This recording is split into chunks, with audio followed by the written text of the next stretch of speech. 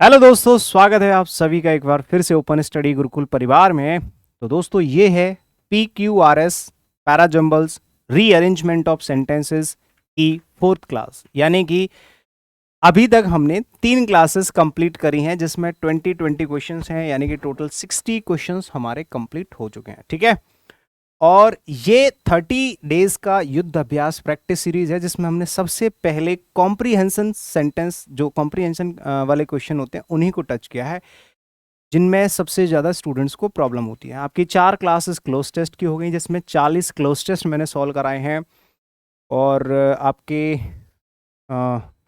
PQRS की 3 classes हो गई। तो चलिए शुरू करते हैं। सबसे पहले हम शुरुआत कहाँ से करते हैं, देखिए कि PQRS क्वेश्चंस को सॉल्व करने के लिए 3 सिंपल स्टेप्स क्या होते हैं।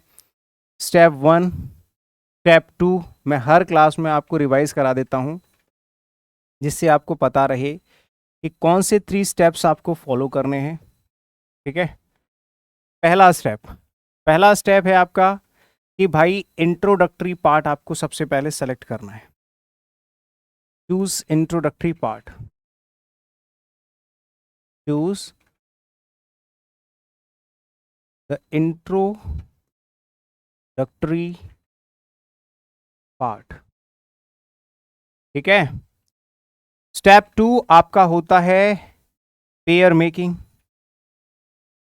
जिसमें आप पेयर बनाते हो। और स्टेप थर्ड होता है आपका जी एलिमिनेशन।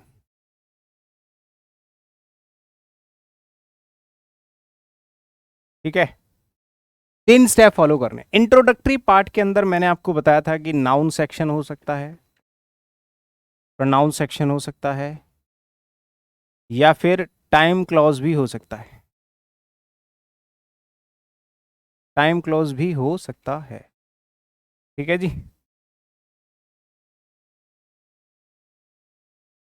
समझ रहे हो बात को।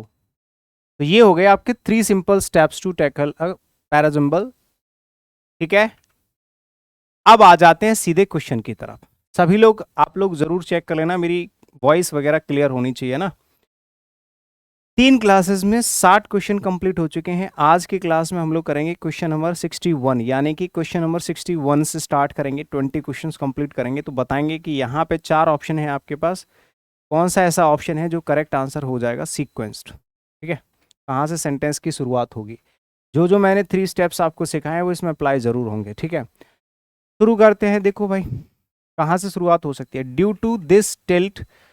अब देखो, दिस टिल्ट मतलब यहाँ पे ये दिस जो है वो डिटर्मिनर है, यानी कि टिल्ट की पहले किसी टिल्ट की बात हो चुकी है, तभी ये बोल रहा है ड्यू टू दिस टिल्ट, इस टिल्ट की वजह से ये हुआ है। ठीक है ना, तो क्या चीज है इसको समझ लेते हैं। सबसे पहले कहाँ से शुरुआत होगी। फर्दर मोर, इससे भी आगे नहीं होगा इससे शुरुआत। यहां से सेंटेंस शुरू हो सकता है, यहां से नहीं होगा, इफ लगा हुआ है। यहां से भी हो सकता है, if the sun just shone directly, लेकिन यहाँ पे ऑलरेडी पहले सन की बात हो रखी है कहीं ना कहीं, किसी ना किसी स्टेटमेंट की, तब जाके ये वाला स्टेटमेंट आएगा। तो सबसे पहले हम शुरुआत करेंगे सी से, क्योंकि यहाँ पे लिखा है वी नो, हम जानते हैं, that seasons are caused by the earth having a slight tilt on its axis. जब भी धीरे धीरे मूव करती है हमारी धरती, तो उसी के टिल्ट पे जो है हमारी जो सीजन्स आते हैं, कभी गर्मी तो कभी सर्दी, ये उसी की वजह से होता है। तो भाई देखोगे आप, सबसे पहले सी आ जाएगा। अब सी के बाद देखो यहां से सेंटेंस की शुरुआत हो रही है। एक ऑप्शन तो ए है, एक ऑप्शन डी है, दोनों में से कोई एक आंसर हो सकता है। अब सी के बाद क्या आना चाहिए, B. Furthermore we also would not have solstices और इक्विनॉक्सेस। तो देखो यहाँ पे ऑल्सो लगा है, तो पहले इसका पहले कोई ऐसी चीज होगी, है ना। वी ऑल्सो वुड नॉट मतलब पहले एक चीज इसी के जैसी और होगी, तो पहले हम इसका पेयर ढूंढेंगे। बी तो नहीं आएगा, ए आएगा। ड्यू टू दिस टिल्ट, क्योंकि यहाँ पे टिल्ट की बात हो रही है, स्लाइट टिल्ट, और टिल्ट जब यहाँ पे बात हो चुकी है तो ड्यू टू दिस टिल्ट, तो यहाँ पे पेयर भी बन रहा है सी के साथ ए का। सी के साथ ए का पेयर बन रहा है, ऑप्शन डी इसका करेक्ट आंसर हो जाएगा। इवन आपका जो बी वाला है ना, ये भी डी के साथ पेयर बन जाएगा, क्योंकि यहाँ पे लिखा हुआ है वी वुड। देखो यहाँ से भी पेयर बन जाएगा, वी वुड। पेयर मेकिंग बहुत अच्छा फैक्ट होता है। We would be left without seasons. Furthermore we also would not have solstices और इक्विनॉक्सेस। ठीक है, तो ये हो जाएगा CADB, CADB। ठीक है, option D is the correct answer, option D is the correct answer. Question number second 62 का आंसर बताओ। सारे के सारे क्वेश्चन एसएससी सीएचएसएल में पूछे गए हैं 2021 में। अभी तक 20 के सवाल चल रहे थे, अब 21 के आ गए। आप लोग बोलते हैं ना कि सर 21 22 23 के भी करा दूं। भाई कितने कराऊं, सारे तो करा रहा हूं, 21 20 22 सब कराता हूं मैं, टेंशन मत लो। देखो यहाँ पे कौन बताएगा। ये है क्वेश्चन नंबर 62। आप थोड़ा सा नजर मार लो, फिर मुझे बताना कि इसमें कहां पे गलती है। ठीक है जी, देखिए यहां पे लिखा है द अदर। जब द अदर है तो इससे पहले एक और कोई चीज होगी, यानी कि ये पहले नंबर पे तो नहीं आ सकता, ये पेयर बनेगा किसी के साथ, और ए बाद में आएगा, ए किसी के साथ आएगा। देखो ये वाला ऑप्शन हट गया, या तो बी के बाद ए आ सकता है या सी के बाद ए आ सकता है। वन मैन, ठीक है, शुरुआत कहां से होगी ये देख लो, ये इससे भी शुरुआत नहीं होगी सी से, तो वो तो है भी नहीं है।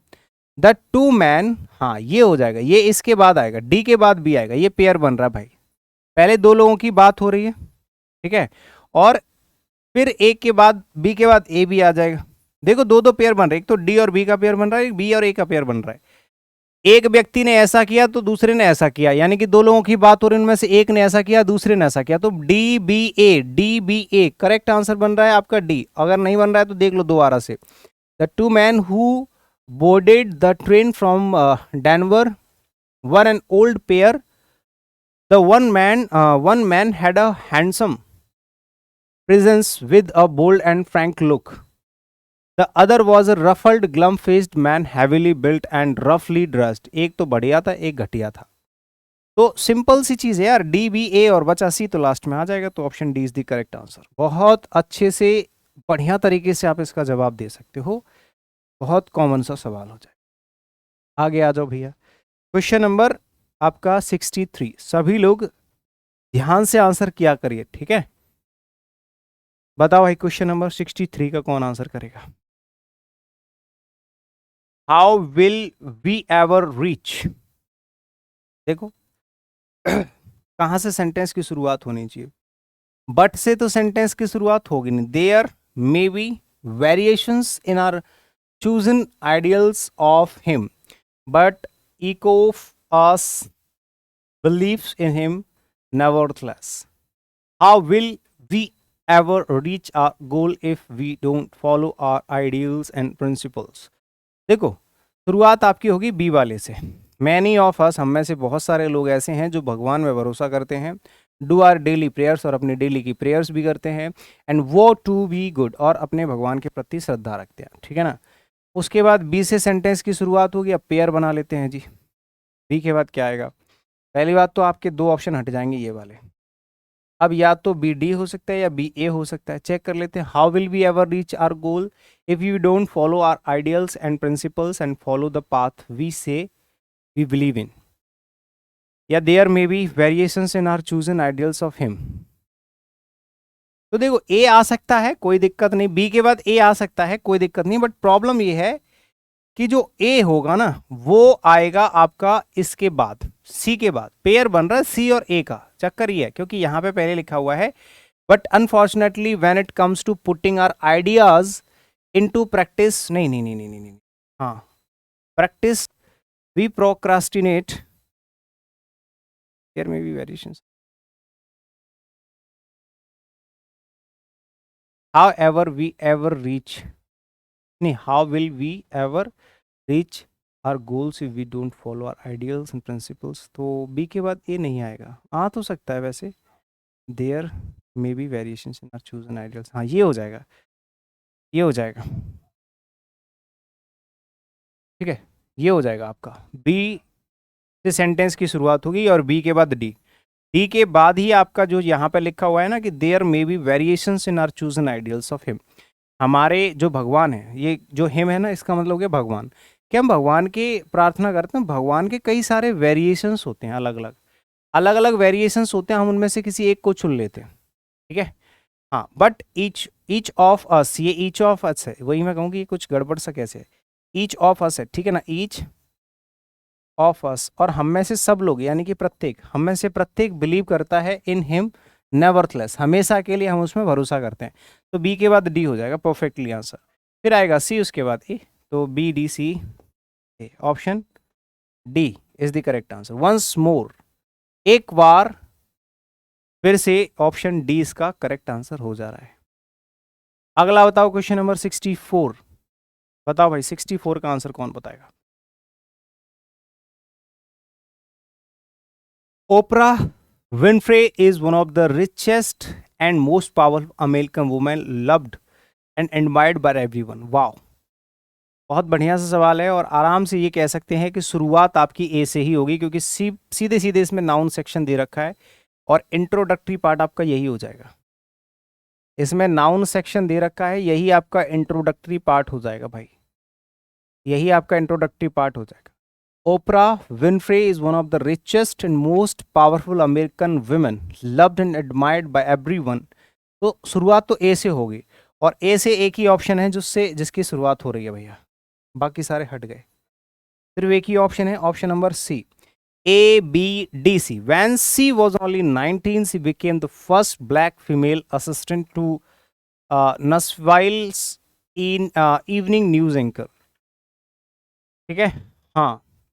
In 1986, Oprah became the television presenter of her own talk show called the Oprah Winfrey Show. 19 साल में वो एंकर बनी, उसके बाद खुद का उसने एक शो चलाया 1986 में। उसके बाद but Oprah had a very difficult and traumatic childhood, उसका जो बचपन था वो बहुत ही थोड़ा सा कठिन गुजरा था। कोई दिक्कत नहीं, एसएससी सीएचएसएल 2021 के सवाल शुरू हो गए यहाँ से। अभी तक आपको मैंने जितने भी क्वेश्चंस कराए हैं वो 2020 में पूछे गए क्वेश्चंस हैं, 2020, ठीक है। अब हैं 21 के क्वेश्चन, सीएचएसएल 21। आगे आ जाओ भैया, अगले क्वेश्चन का आंसर बताएंगे फटाफट से। 65 का आंसर बताओ। They can travel to the airport by personal vehicle. तो पहले तो दे बताओ कि दे किसके लिए इस्तेमाल हो रहा है, और एक चीज का ध्यान रखना, जब फाइनली आ जाता है तो समझ लो मोस्ट प्रोबेबली ये लास्ट में ही आएगा, यानी कि बी जो होगा सबसे आखिरी में आएगा। तो एक तो बी यहाँ पे है, एक बी यहाँ पे है, पहली चीज ध्यान रखना। दूसरी चीज, शुरुआत कहाँ से हो सकती है, दे से शुरुआत नहीं होगी, यानी कि ए से सेंटेंस की शुरुआत नहीं होगी। अब देख लो, फाइनली से भी शुरुआत नहीं होगी, ये बी लास्ट में आएगा, बी से शुरुआत नहीं हो सकती, ठीक है। शुरुआत आपकी हो सकती है according to the government guidelines, C से शुरुआत हो सकती है, बिल्कुल भैया, सी से सेंटेंस की शुरुआत हो जाएगी, सी से शुरुआत हो जाएगी, बी पे एंड हो जाएगा। एडी आप चेक कर लो, government guidelines, air travel is declared open from May 2020 for passengers, they can travel, passengers के लिए इस्तेमाल में लाया गया है आपका दे। ये नाउन है जी, तो ये प्रनाउन है जी, ये नाउन है जी, तो ये प्रनाउन है जी। सिंपली आप कर सकते हो, ठीक है। यानी कि ऑप्शन सी इसका करेक्ट आंसर हो जाएगा, C A D B, C A D B, option C is the correct answer, ठीक है ना। पैराजम्बल्स बताओ, क्वेश्चन नंबर 66 का आंसर कौन बताएगा भाई। एक और सवाल आपके सामने है, जल्दी जल्दी आंसर करेंगे, ठीक है। अगर आप लोग इंस्टाग्राम यूज़ करते हैं, अनिल जादौन इंग्लिश करके इंस्टाग्राम अकाउंट है, आप ये मेरे साथ जुड़ सकते हैं, आपके पास ये कॉन्टैक्ट नंबर्स रहते हैं। और ओपन स्टडी एप्लीकेशन पे हमारी पेड क्लासेस चलती हैं, इंग्लिश फाउंडेशन का कोर्स अगर आपको ज्वाइन करना है। ओपन स्टडी टेलीग्राम चैनल है जहाँ पे आपको PDF मिल जाती हैं, ठीक है जी। चलिए, they were covered with mud from head to foot, two men were fighting, crying out and nursing at the bottom of the ditch. Stop that, shouted the surgeon.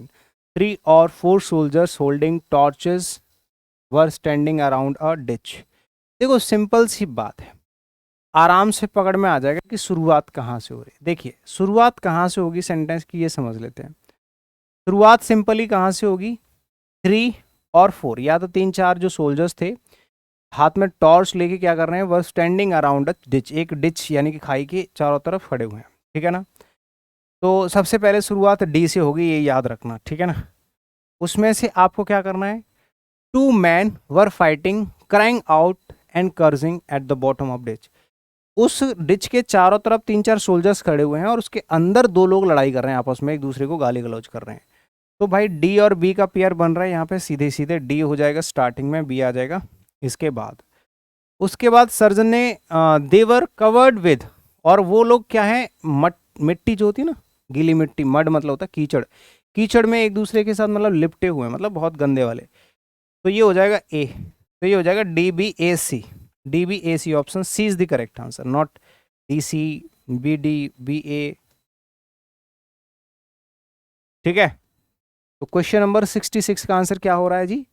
एक एक चीज जो मैंने आपको स्टार्टिंग में बताई है, जो जो चीज मैं आपको बताता हूँ कि देखो भाई स्टेप 1 क्या फॉलो करना है, स्टेप 2 क्या फॉलो करना है, स्टेप 3 क्या फॉलो करना है, all 3 steps are completely applied on these type of questions. You can tackle these type of questions easily, very easily, if you apply all 3 simple steps.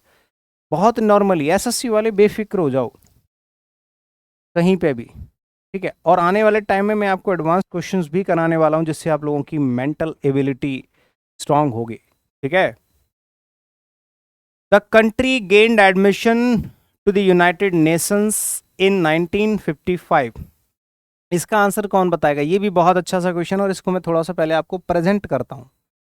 देखो question number 67 है जी, जिसमें आप लोगों के पास 3 अलग अलग सेंटेंसेस हैं। The first one is A, second one is B and C and D. Means ये हो गया आपका पी, ये हो गया आपका क्यू, पी क्यू, ये हो गया आपका आर, और ये हो गया आपका S, P Q R S, ठीक है जी।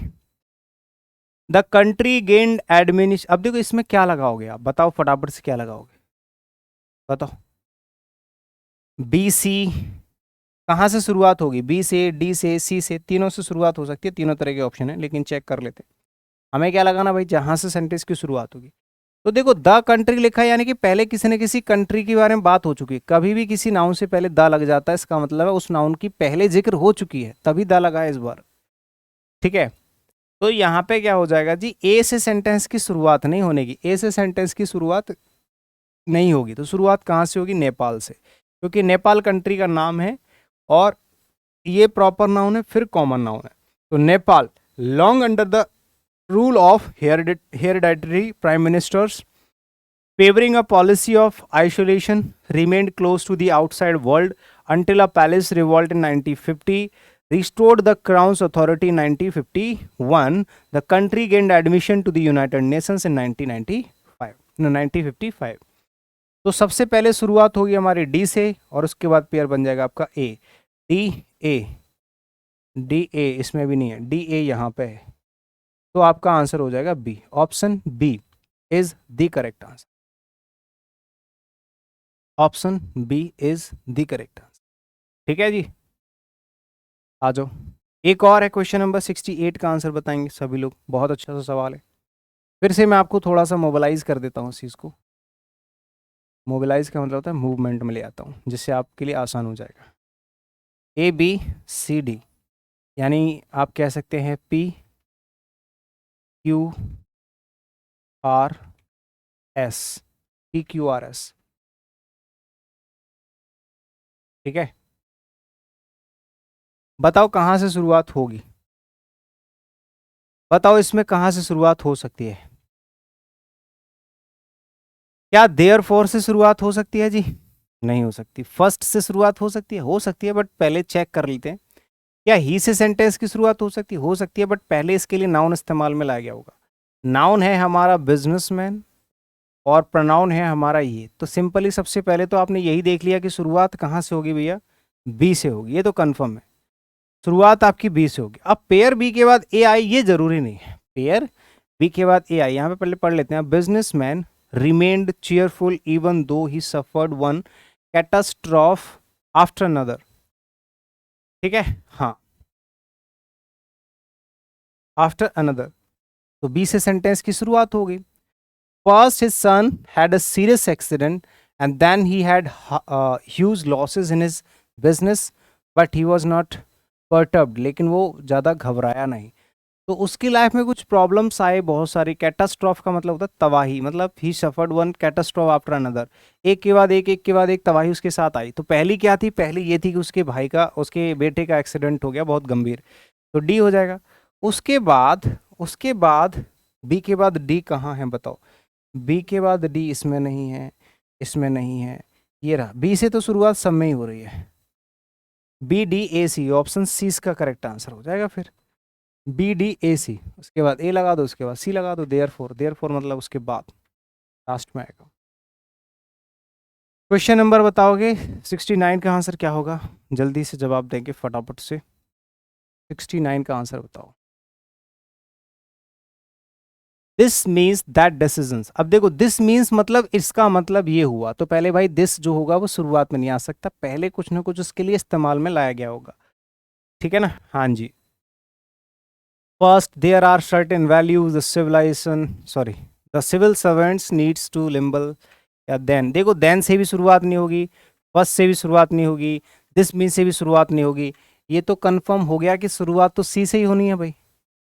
देयर आर सर्टेन वैल्यूज, बहुत सारी अलग अलग निश्चित वैल्यूज हैं, that civil servants need to imbibe in themselves for better administration, तो बहुत सारी अलग अलग चीज़ें हैं जो उनको इम्बाइब करनी चाहिए, ठीक है? उनमें से पहली क्या है, तो सी के बाद बी आ जाएगा भाई, सी सबसे पहले नंबर पे आएगा, उसके बाद बी आ जाएगा, ठीक है? बी, सी बी ये रहा, यहाँ नहीं है, यहाँ भी नहीं है, यहाँ भी नहीं है, ये हो जाएगा G C B D A, D आ जाएगा। Then all decisions must be taken all in public interest to benefit the community at large, ज़्यादा से ज़्यादा कम्युनिटी का फायदा हो। This means that decisions should not be taken under any kind of pressure to benefit individuals और only a small section of society, ऐसा ना हो कि सिर्फ कुछ ही लोगों को फायदा हो या किसी एक व्यक्ति को फायदा हो, सोसाइटी के सबको फायदा होना चाहिए, ठीक? अगला देखोगे एसएससी सीएचएसएल 2021 का सवाल है आपके सामने, देख लो भाई। एसएससी से सारे के सारे क्वेश्चन 2021 के हैं, ठीक है? बताइए, इसमें भी सोच लो, इसमें भी आपको ध्यान रखना है। क्वेश्चन नंबर 70 है, ए बी सी और डी, बताओ इसका करेक्ट आंसर क्या होगा? कौन बताएगा इसका करेक्ट आंसर? बताओ कहाँ से सेंटेंस की शुरुआत होगी? According to sources one of the degrees will have to, देखो पहली बात तो डिग्रीज की बात हो चुकी होगी, दूसरी चीज यहाँ पे सोर्सेज की बात हो चुकी होगी, तो ये पहला सबसे शुरुआत में नहीं आएगा, यानी कि ए से शुरुआत नहीं हो सकती। शुरुआत कहाँ होगी? In a move to improve students career prospects the university grants commission has approved, ये मिल गया आपको इंट्रोडक्टरी पार्ट, यहाँ से इंट्रोडक्शन शुरू हो रहा है कि जो यूनिवर्सिटी ग्रांट कमीशन है उसने क्या करा है, एक अप्रूव कर दिया है the proposal to allow them, किस दैम मतलब students, to pursue 2 degree programmes at the same time, एक ही समय पर आप 2 डिग्री के लिए अप्लाई कर सकते हैं, 2 डिग्री कंप्लीट कर सकते हैं। इससे क्या होता है कि स्टूडेंट्स के जो करियर के प्रोस्पेक्ट्स हैं ये इंप्रूव हो जाएंगे, ठीक है ना? तो सबसे पहले शुरुआत तो आपकी बी से होगी, शुरुआत कहाँ से होगी जी? बी से होगी, और बी के बाद यहाँ पे लिखा हुआ है क्या, या तो बी के बाद आ जाएगा ए अकॉर्डिंग टू सोर्सेज, लेकिन सोर्सेज की इसमें बात नहीं हुई है, डिग्री इसकी तो ये सोर्सेज की नहीं हुई है। A committee formed under the UGC vice chairperson worked on the proposal based on feedback from the public, या फिर ए आएगा? बताओ क्या आना चाहिए? बी के बाद सी आना चाहिए, सही है। देखो जो कमेटी थी उसने, जो कमेटी यूजीसी के अंदर बिठाई गई थी उसने क्या करा है, एक प्रपोजल तैयार करा है, किसके बेस पे पता है? जो पब्लिक का फीडबैक है उसके बेस पे। तो आपका सबसे पहले नंबर पे आएगा बी और उसके बाद आ जाएगा सी, बी और सी, बी और सी, ये रहा बी और सी, ये रहा option B is the correct answer. इसका जो करेक्ट आंसर हो जाएगा जी वो क्या होगा? ऑप्शन नंबर बी इसका करेक्ट आंसर हो जाएगा। एबीसी का मतलब होता है, एबीसी बोलो या पीक्यूआरएस बोलो, कुछ भी बोलो, ठीक है जी।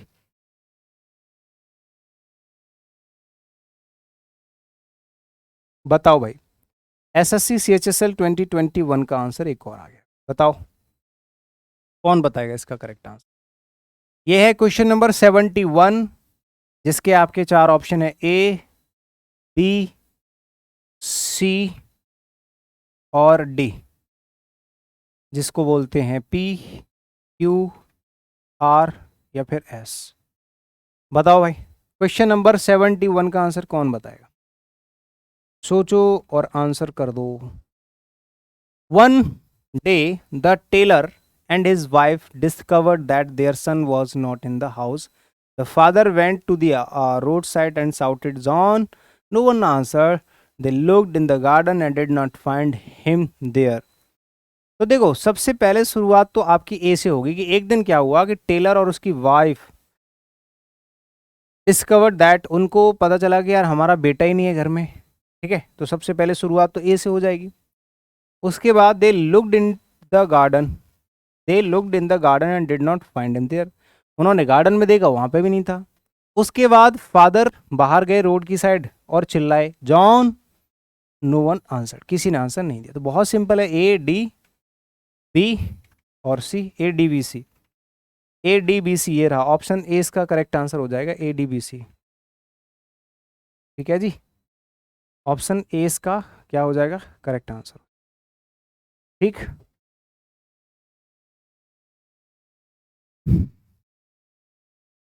अगले का आंसर बताएंगे। क्वेश्चन नंबर 72 का जवाब दो फटाफट से, चलो। क्वेश्चन नंबर 72, सोचो और आंसर करिए। ये भी CHSL 2021 का सवाल है, ठीक है ना। बहुत बढ़िया क्वेश्चन है। बताओ कहाँ से शुरुआत होगी। Wasserkopf returns to his school and ask for a refund of his tuition fee. Refund by Karinthy is a hilarious play about a student named Wasserkopf. देखो, इंट्रोडक्शन हो जाएगा, ये रहा इंट्रोडक्टरी पार्ट आपका B वाले में, क्योंकि washer कॉफ जो है वो इस वाले में इंट्रोड्यूस किया गया है कि ये जो रिफंड है ना, रिफंड ये किसी चीज़ का नाम है, या तो कोई स्टोरी हो सकती है, कुछ भी हो सकता है, जो कैरेंथी के द्वारा है। Refund Karinthy is a hilarious play, ये एक प्ले का नाम है। Refund is a play, refund किसी एक प्ले का नाम है। ये क्या है, प्ले का नाम है। ये भी किसी प्ले का नाम, प्ले मतलब हो गया नाटक, एक स्टोरी, कुछ भी। जब ये एक प्ले का नाम है जो किसने लिखा है, कैरेंथी, इज अ हिलेरियस, बहुत ही अच्छा सा प्ले है। और ये किसके बारे में पता है, एक स्टूडेंट के बारे में जिसका नाम है वॉसर कोफ। उसने किया क्या वो बताता हूँ। शुरुआत कहाँ से होगी, बी से होगी। शुरुआत कहाँ से होगी जी, बी से होगी। अब यहाँ पे आपका इंट्रोडक्शन हो गया वॉसर कोफ का। वॉसर कोफ क्या कहते हैं, washer कोफ returns to his school, उसने अपने स्कूल को वापस मतलब मांगा, मतलब वापस जा रहा था कि मैं नहीं पढ़ रहा इसमें, and ask for a refund of his tuition फी, और अपने ट्यूशन फी की पैसे वापस मांगने लगा, है ना। ये उसके बारे में कहा गया। तो बी के बाद ए होना चाहिए कंपलसरी, यही ये फिक्स है, पेयर भी बन गया।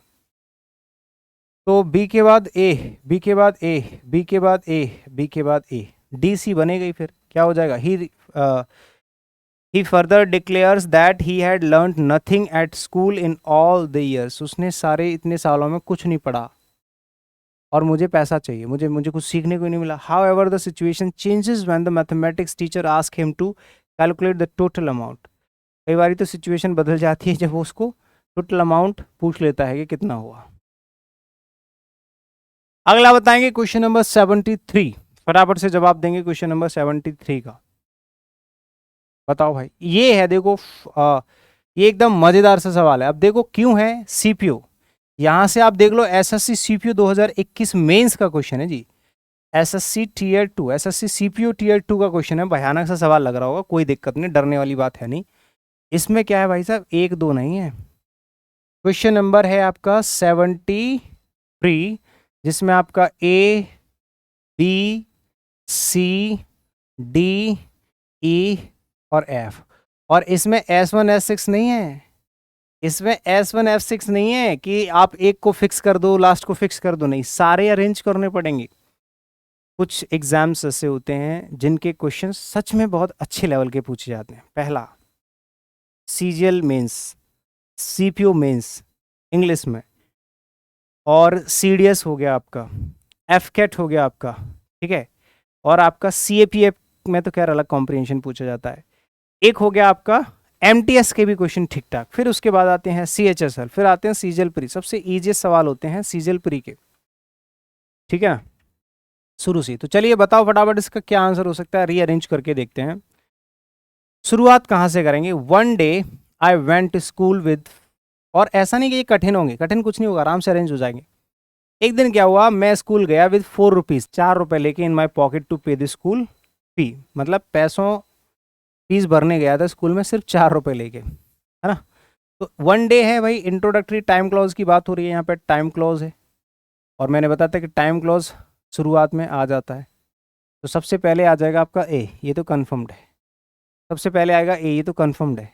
अब ए के बाद क्या होगा, all through the day the coins sat quietly in my pocket, so I was told when school got over, but the teacher who was to collect the fees was absent. They said that money was, हाँ ये हो जाएगा।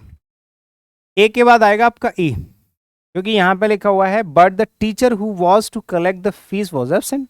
मैं 4 रुपये लेके fees जमा करने गया, लेकिन वहाँ पे जो टीचर पैसे लेता है वो तो एबसेंट था।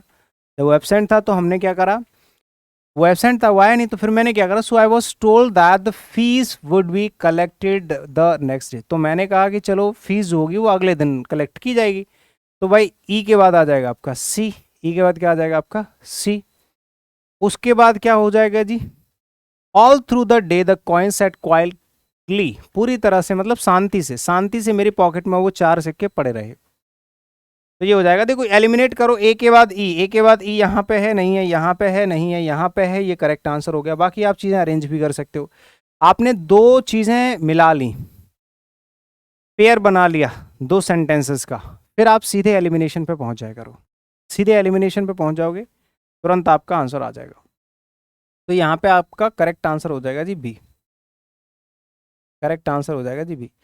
और एक चीज़ का ध्यान रखना, पूरा ही अरेंज कर लो, A E C B D A, B D F sorry, ये हो गया आपका करेक्ट अरेंजमेंट। क्लियर है जी, यहाँ तक किसी को कोई दिक्कत तो नहीं है।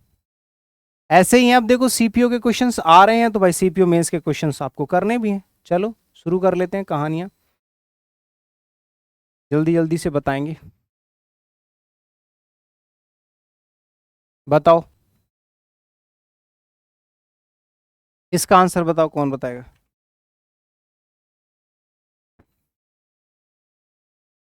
इसका आंसर बताओ भाई, 74 का सेम चीज़ है, सेम जो अभी करके आए हो आप। क्वेश्चन नंबर 74 है, ए बी सी डी ई और एफ। ठीक है जी, ये भी आपका सीजीएल टीयर 2 का सवाल है जी, सॉरी सीपीओ टीयर 2 का 2021, एसएससी सीपीओ टीयर 2 2021। बताओ इसका आंसर क्या होना चाहिए, कहाँ से सेंटेंस की शुरुआत होगी। A singer called Mukandan Mishra and his wife lived in Behat near Gwalior. Gwalior के पास एक जगह है बेहत, वहाँ पे रहते थे कौन, एक सिंगर। तो भाई इंट्रोडक्शन तो आपको मिल गया, यहाँ पे मुकंदन मिश्रा है, तो ये आपका इंट्रोडक्टरी पार्ट मिल गया। जब आपको इंट्रोडक्टरी पार्ट मिल गया तो सबसे पहले आपका ए ही आना, ये तो कंफर्म हो गया। अब चेक कर लो, ए तो सब में ही है, बट अब पेयर बनाना बहुत ज़रूरी है। ठीक है जी, पेयर बनाना बहुत ज़रूरी है। तो ए के बाद क्या आएगा, tired the group settled down to rest in a shady grove. Once Swami Haridas was traveling through the forest with his disciples Tansen. Their only child was very naughty. तो सबसे पहले देखो, एक सिंगर थे मुकंदन मिश्रा और उनकी वाइफ बेहद में रहते थे।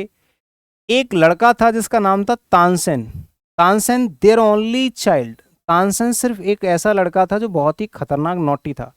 यानी कि सबसे पहले आ जाएगा आपका ए और उसके बाद आएगा आपका डी। तो पेयर हमने बना लिया, ए के बाद बी नहीं आएगा, ए के बाद सी नहीं आएगा, ए के बाद ई नहीं आएगा, ए के बाद डी आएगा। हमने इतने पे ही एलिमिनेट कर दिया और आंसर आ गया आपका बी।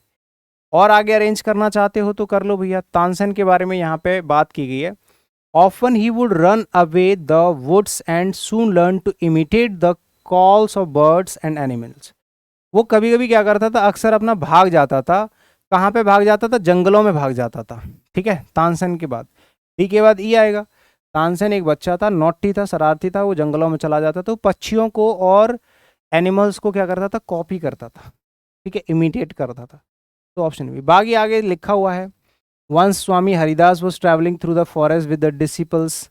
एक दिन स्वामी हरिदास वहाँ से होके गुजर रहे थे, उसके बाद टायर्ड, थके हुए थे। The group settle down to rest in a shady grove, एक छाँव में बैठ गए सब लोग थके हारे।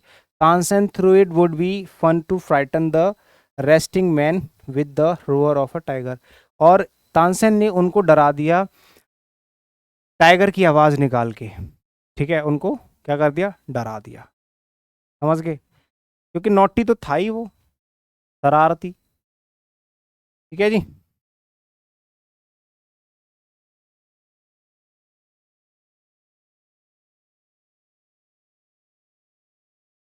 Seventy five, question number 75। ये देख लो, नॉर्मल सवाल है आपका, 4 सेंटेंसेस वाला है। SSC CPU tier 2 2021। ठीक है जी।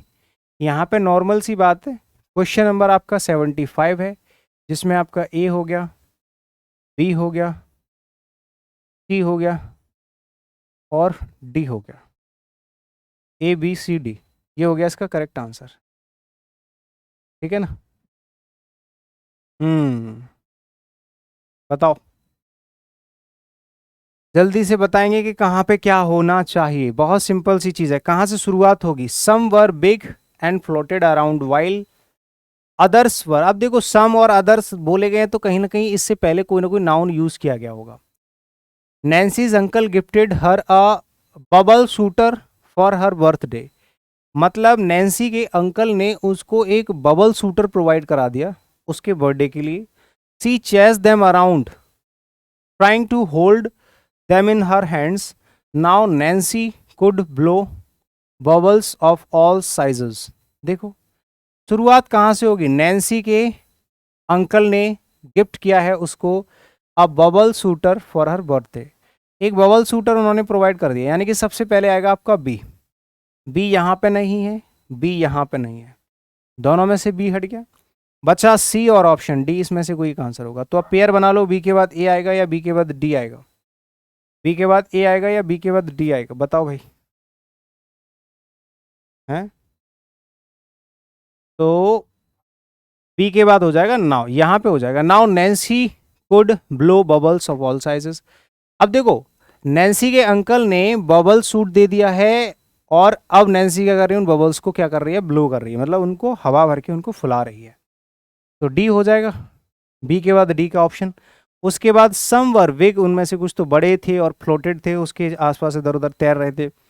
ठीक है। सी चेस देम, और उनको पकड़ रही थी, trying to hold them in her hands, वो अपने हाथों में पकड़ने की कोशिश कर रही थी। बहुत सिंपल सा लॉजिक यार, सिंपल सा सीक्वेंस आराम से अरेंज कर सकते हैं, ज़्यादा कुछ है नहीं इसमें। ठीक है ना। तो इसका आंसर हो जाएगा जी डी, ऑप्शन डी।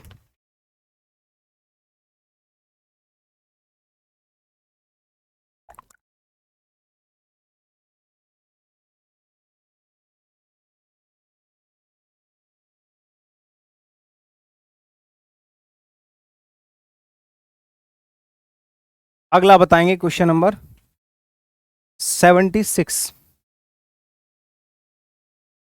बताओ, क्वेश्चन नंबर 76 का आंसर बताओ भैया।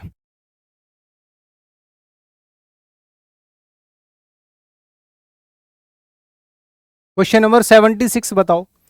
ये फिर से आपका वैसा ही सवाल है, 6 सेंटेंसेस वाला। A B C D E F.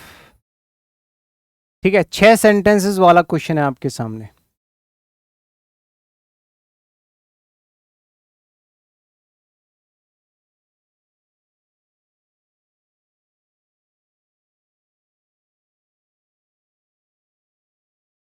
और ये भी आपका किसका है भैया, मेंस का है, सीपीओ मेंस 2021 के सवाल है सारे के सारे। चलो तो जवाब देंगे। डॉक्टर सदाओ हॉकी, ये किसी का नाम है, सैडाओ हॉकी, सैडो हॉकी, पता नहीं क्या नाम है, डॉक्टर सैडो हॉकीज हाउस। ठीक है, ये बढ़िया क्वेश्चन है, बहुत आराम से अरेंज हो जाएगा। ये तो कंफर्म है इंट्रोडक्टरी पार्ट, क्योंकि सब में ए लगा हुआ है। बात आ रही है पेयर की, सिंपल सी पेयर बनाना और कुछ नहीं करना। तो ए नंबर तो शुरुआत में आएगा ही आएगा। तो doctor Sadao Hoki's house was build on a spot of the Japanese coast where he had played as a little boy. ठीक है, एक ऐसी जगह घर बना हुआ था, जापानीज कोस्ट मतलब जापान के एक घाट पर, कोस्ट पे बना हुआ था घर। हिज फादर हैज सेड, उसके पिताजी ने, हैड सेड सॉरी, उसके पिताजी ने कहा, ये आएगा, या his father had taken him, ये आएगा, या फिर as a boy Sadao had climbed, या द स्क्वायर टो।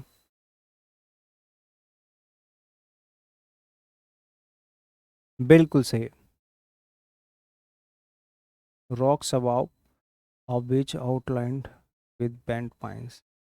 देखो सबसे पहली बात आप देखो, इसमें बहुत सारी कंफ्यूजन होगी। बहुत अच्छा क्वेश्चन है, आप ये कह सकते हैं थोड़ा टफ क्वेश्चन है ना आप लोगों के लिए। अगर आपको लगता है ना कि हाँ ये सच में टफ क्वेश्चन है, क्यों? क्योंकि सबसे पहले हम लोग क्या करते हैं, प्राइमरीली ये देख लेते हैं कि डॉक्टर सैडो हॉकीज हाउस है ना, लेकिन मैं आपको ग्रामेटिकली सेंसिबल बनाते हुए, रिलेट करते हुए सेंटेंस को, इस क्वेश्चन को समझाऊंगा।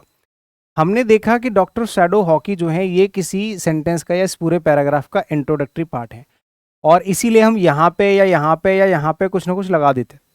तो कुछ लोग हैं जो ए के बाद बी लगा के आ जाएंगे, वैसे ये वाला।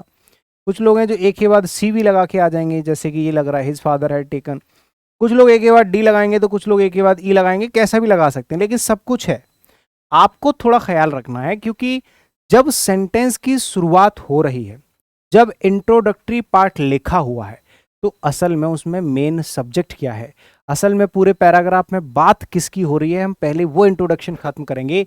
तो सैडो हॉकी की इस पूरे पैसेज में बात नहीं हो रही, शुरुआत में बात हो रही है सैडो हॉकीज हाउस, यानी कि जो मेन सब्जेक्ट होता है ना, वो एपोस्ट्रोफी एस के बाद वाला ही होगा या ऑफ से पहले वाला होगा। अगर यहीं पे हम ऑफ लगा देते हैं एपोस्ट्रोफी एस को हटा के, the house of doctor Sadao hockeys, shadow hockey, तो भी हाउस ही मेन सब्जेक्ट होगा। तो हमारा जो मेन सब्जेक्ट है ना, वो है हाउस इस पूरे पैराग्राफ में। तो आपने ये तो चेक कर लिया कि सबसे पहले नंबर पे क्या आएगा, बट अब सबसे पहले नंबर पे आने के बाद, सबसे पहले नंबर पे आने के बाद आपको इसके पेयर में भी उसी के हिसाब से जो है पेयर बनाना है, जो इसका मेन सब्जेक्ट होगा। तो his father as a boy ये नहीं बनाना, उसका जो घर है वो बना हुआ था कहाँ पे, जापान के एक कोस्ट पे।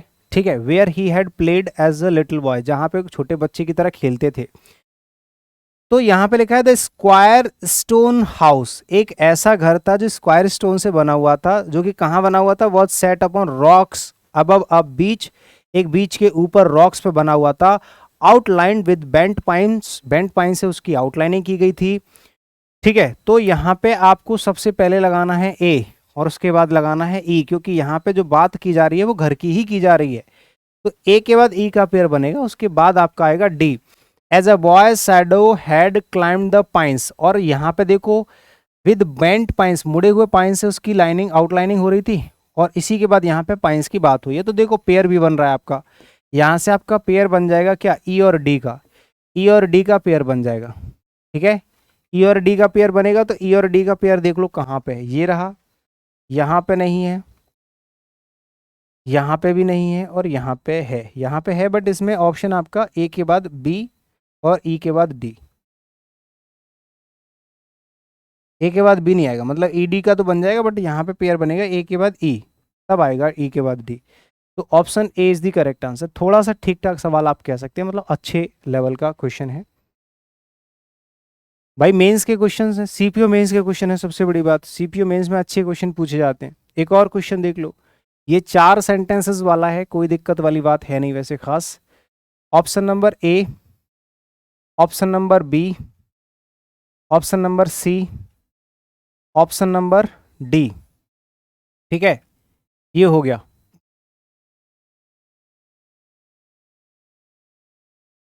ठीक है जी, तो बताओ जल्दी से फटाफट अरेंज करके कि क्या होना चाहिए। तो देखो शुरुआत में मैं आपको बता देता हूँ, ठीक है, शुरुआत में मैं आपको बता देता हूँ कि करना क्या है, शुरुआत कहाँ से होगी। चलो, the zip on the bag got jammed and would not open no matter how hard I pulled at it.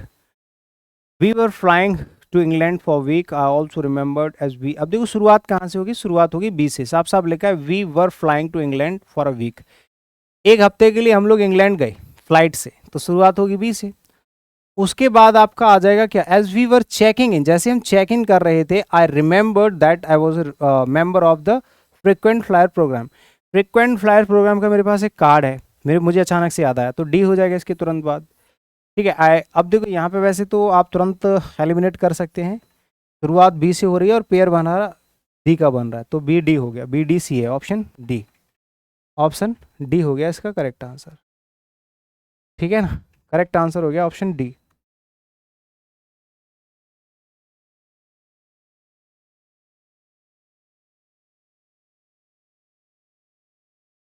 ठीक है जी,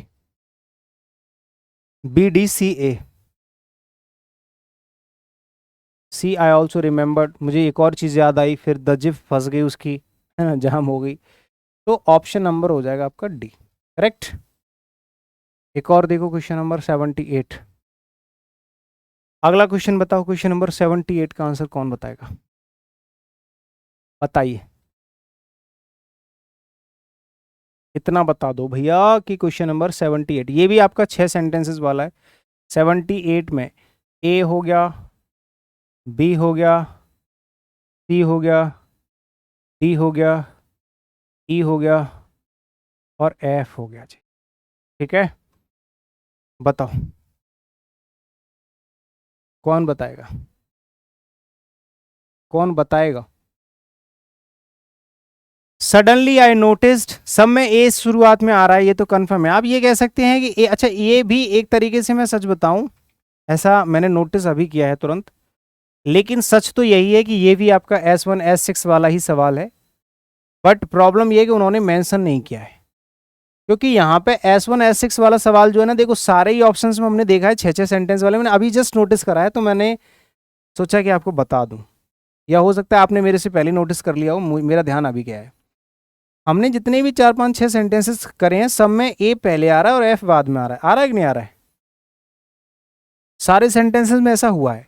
तो S1 S6 वाला ही सवाल है, इसमें भी कुछ नहीं करना है, इसमें भी आपको वही करना है, 4 सेंटेंसेस आपको अरेंज करने हैं, ज़्यादा कुछ नहीं है, इसीलिए वो आसान से लग रहे हैं। तो आप मुझे बताओगे 20 के बीच के जो 4 सेंटेंसेस हैं उनको कैसे अरेंज करोगे जी, उनको कैसे अरेंज करोगे बताओ फटाफट से सोच के, कि ए के बाद क्या आएगा, suddenly I noticed smoke pouring in through the seems of the ceiling. ठीक है, उसके बाद क्या आएगा, द स्मोक, ऑब्वियसली देखो यहां पे स्मोक से पहले कोई आर्टिकल नहीं है, नो आर्टिकल, यानी कि यहां पे स्मोक से पहले द आ गया, तो भाई पेयर बन गया ए के बाद सी, ए के बाद सी, ए के बाद सी का पेयर बन गया। ढूंढो सी कहाँ है, यहाँ पे है, यहाँ पे है, नहीं है, यहाँ पे है, नहीं है, यहाँ पे है, नहीं है, एक सेंटेंस ढूंढना पड़ा है और एक ही सेंटेंस से हमने करेक्ट आंसर, ये ग्रामेटिकल सेंस है। कौन कहता है कि PQRS में ग्रामर का यूज नहीं होता, कौन कहता है कॉम्प्रिहेंशन में ग्रामर का यूज नहीं होता। बिना ग्रामर के आप कॉम्प्रिहेंशन क्वेश्चंस को एग्जाम में नहीं कर सकते, एग्जाम में सेलेक्ट नहीं कर सकते, एग्जाम में सॉल्व नहीं कर सकते, क्योंकि भाई रीडिंग सेंस डेवलप करेगी, अंडरस्टैंडिंग एबिलिटी इंप्रूव करेगी, बट जो फैक्ट्स हैं, जो लॉजिक्स हैं, वो आपको ग्रामर से ही मिलेंगे। ग्रामर के बिना कॉम्प्रिहेंशन का कोई भी सवाल करना कठिन है, ना तो क्लोज टेस्ट सॉल्व कर पाओगे, ना PQRS सॉल्व कर पाओगे, ना पैसेज इवन सॉल्व कर पाओगे। तो ग्रामर की नॉलेज कॉम्प्रिहेंशन के लिए भी उतनी ही ज़रूरत है जितनी ग्रामर के क्वेश्चंस के लिए ज़रूरत होती है। जैसे आप देखोगे स्मोक से पहले कोई आर्टिकल नहीं है, स्मोक से पहले दा लगा हुआ है, यानी कि बिना आर्टिकल के पहले आता है, आर्टिकल के बाद, डेफिनेट आर्टिकल के बाद वाला बाद में आएगा, के साथ वाला बाद में आएगा। तो ऑप्शन ए के बाद सी, यानी कि ए और सी का पेयर बन गया, आंसर आपने मार्क कर दिया ए, करेक्ट आंसर हो जाएगा ऑप्शन नंबर ए। एक और बताओ क्वेश्चन नंबर 79 का आंसर, ये भी वैसे ही सवाल है। अब देखो सेम सेंटेंसेस हैं, सब में ए ए ए ए एफ एफ, मैंने बहुत लेट नोटिस कर पाया, आपने शायद पहले कर लिया हो। ये आपका हो गया S6 जो कि फिक्स है, और ये हो गया आपका S1 जो कि फिक्स है। अब आपको B C D और E ये अरेंज करने हैं, तो भैया आराम से कर सकते हो। बताओ, बस पेयर बनाना है ए के बाद तुरंत, दो है इसमें सी से, पर चलो चेक कर लेते हैं कौन सा होगा करेक्ट आंसर। यहाँ ए के बाद या तो डी आ सकता है, या सी आ सकता है, या सी आ सकता है, या ई आ सकता है। मतलब दो सेंटेंस ऐसे हैं जो कंफ्यूज करेंगे, यानी कि मोस्ट प्रोबेबली इन दोनों में से कोई आंसर हो सकता है, लेकिन चेक कर लेते हैं। Absalom the reindeer elf worked in the reindeer barn. एक नाम था एब्सलम जो रेंडियर एल्फ काम करता था एक रेंडियर बार्न में, ठीक है, रेंडियर बार में काम करता था, बार्न में। ही ऑल्सो या ही हैड टू क्लीन या he had to give them all a bath. इसमें से क्या आना चाहिए? He also had to keep, also वाला तो नहीं आएगा, ये तो कंफर्म है। ए के बाद बी तो आएगा ही नहीं, ए के बाद बी वैसे है भी नहीं है। या तो सी आ सकता है, डी देखते हैं। He had to clean it every day and that was hard work. He had to give them, हाँ ये हो जाएगा जी। वो क्या करता था, इस बार्न को साफ करने का काम करता था। He had to clean it every day, वो हर दिन उसको साफ करता था, उसमें काम करता था। ठीक है भाई, ए के बाद सी हो जाएगा, है ना, ए के बाद सी आ जाएगा। तो सी तो दोनों में है ही है, ए के बाद सी दोनों में है, ठीक है। अब डी, सी के बाद ई आएगा या सी के बाद डी आएगा, ये मैटर करता है। It was such a dirty job to mop sop scour and scrape every corner bath and brush their fur. हाँ देखो, पहले वो साफ सफाई का काम करता था, तभी तो वो कहे बताएगा कि भैया ये कितनी डर्टी जॉब थी। ये बहुत ही कठिन और डर्टी जॉब थी। ए के बाद आएगा भैया आपका सी और सी के बाद आएगा आपका ई। ए के बाद आएगा सी और सी के बाद आएगा ई, क्योंकि ये बहुत ही, भाई पहले वो साफ सफाई करेगा, साफ सफाई करने का काम करता था रोजाना, और ये बहुत ही सच में गंदी जॉब थी उसके लिए, ठीक है। Mop sop scour and scrape every corner, क्या करता था, पूरे हर एक कोने को चमका के रखता था, काम करता था, बड़ा बहुत ही मेहनत वाला काम था, ठीक है ना। उसके बाद तो भैया बचता है, एक ही बचता है, सी के बाद बी और D. B, he also had to keep the reindeer well groomed, बहुत अच्छे से साफ सफाई करके रखता था, ठीक है। हाँ, he had to give them all a bath and brush their fur, वो हर जगह अपना बढ़िया से साफ सुथरा करके रखता था। He worked his fingers to the bone but it seemed that no one care, वो बहुत मेहनत करता था लेकिन किसी को ऐसा लगता ही नहीं था कि ये बहुत काम करता है, कोई उसकी परवाह नहीं करता था। ये है आपका सेकंड लास्ट क्वेश्चन। अब आपका होने वाला है आज की क्लास का फाइनल क्वेश्चन, यानी कि क्वेश्चन नंबर 80 आपके सामने है जी। क्वेश्चन नंबर 80 आपके सामने है जी। बताइए, the mountaineers set up a camp at a height of 15,000, 15,000 feet की ऊंचाई पर माउंटेनियर्स ने एक कैंप सेटअप किया, ठीक है। ये क्वेश्चन नंबर 80 है, ए बी सी और डी। बताओ इसका आंसर क्या होना चाहिए। शुरुआत कहां से होगी, ये तो कंफर्म हो गया है कि ए से ही शुरुआत होगी भैया, ठीक है। There they stayed for a week, वो एक हफ्ते तक रुके, ए के बाद डी हो जाएगा। Then they started climbing they struggled, देखो पहले तो ए और डी चेक करो कहाँ है, ए और डी ये रहा, और कहीं पे है ही नहीं है, बात खत्म। फिर बी और सी लगा दो, they started climbing, then they start climbing, they struggled up a steep slope and stopped at a height of 20,000 feet. Option B is the correct answer, option B is the correct answer. The correct answer is option B. Clear है यहाँ तक, कोई दिक्कत किसी को? शाबाश। अगर आप में से कोई ऐसा स्टूडेंट है जो कंप्लीट इंग्लिश का बैच ज्वाइन करना चाहता है, कोई फ्रेशर है और वो कहता है कि मुझे सर कंप्लीट इंग्लिश पढ़नी है, पूरी तरह से कंप्लीट इंग्लिश फाउंडेशन बैच, तो भैया इंग्लिश का फाउंडेशन बैच चलता है ओपन स्टडी एप्लीकेशन या openstudyApp.com वेबसाइट पे आप ज्वाइन कर सकते हैं। यहाँ आपको English grammar, English vocabulary practice, English comprehension practice, English के सेक्शनल प्रैक्टिस, सब कुछ बिल्कुल बेसिक से हाईएस्ट लेवल प्री प्लस में सब कुछ इसमें इंक्लूडेड है। इंग्लिश का अगर एक बैच ज्वाइन कर लेते हैं आपकी समस्या सारी हो जाती है समाप्त। इंग्लिश का फाउंडेशन बैच जो लेटेस्ट बैच है वो है हमारा बैच नंबर 16 और रिकॉर्डेड बैच भी अवेलेबल है। अगर आप रिकॉर्डेड बैच ज्वाइन करना चाहते हैं 200-250 वीडियो लेक्चर्स का पूरा कंप्लीट बैच होता है, किसी भी कॉम्पिटिटिव एग्जाम के लिए बेनिफिशियल है, आप ज्वाइन कर सकते हैं ओपन स्टडी एप्लीकेशन पे जाके, ठीक है। किसी तरह की इंक्वायरी के लिए आपके पास कॉन्टैक्ट नंबर्स हैं हमारे, ये नंबर्स पे कॉल मैसेज कर सकते हो, ठीक है। दोस्तों के साथ शेयर जरूर कर दिया करो भाई चीज़ों को, जिससे उनको भी पता चले, और चैनल को फ्री में क्लासेस लेने के लिए आप सब्सक्राइब कर सकते हैं। ओपन स्टडी गुरुकुल हमारा टेलीग्राम चैनल भी है जहाँ पे आपको सारी इन्फॉर्मेशन, सारी PDF शेयर होती हैं, फ्री कंटेंट भी आपको अवेलेबल कराया जाता है। Thank you so much, see you in the next session, bye bye, take care.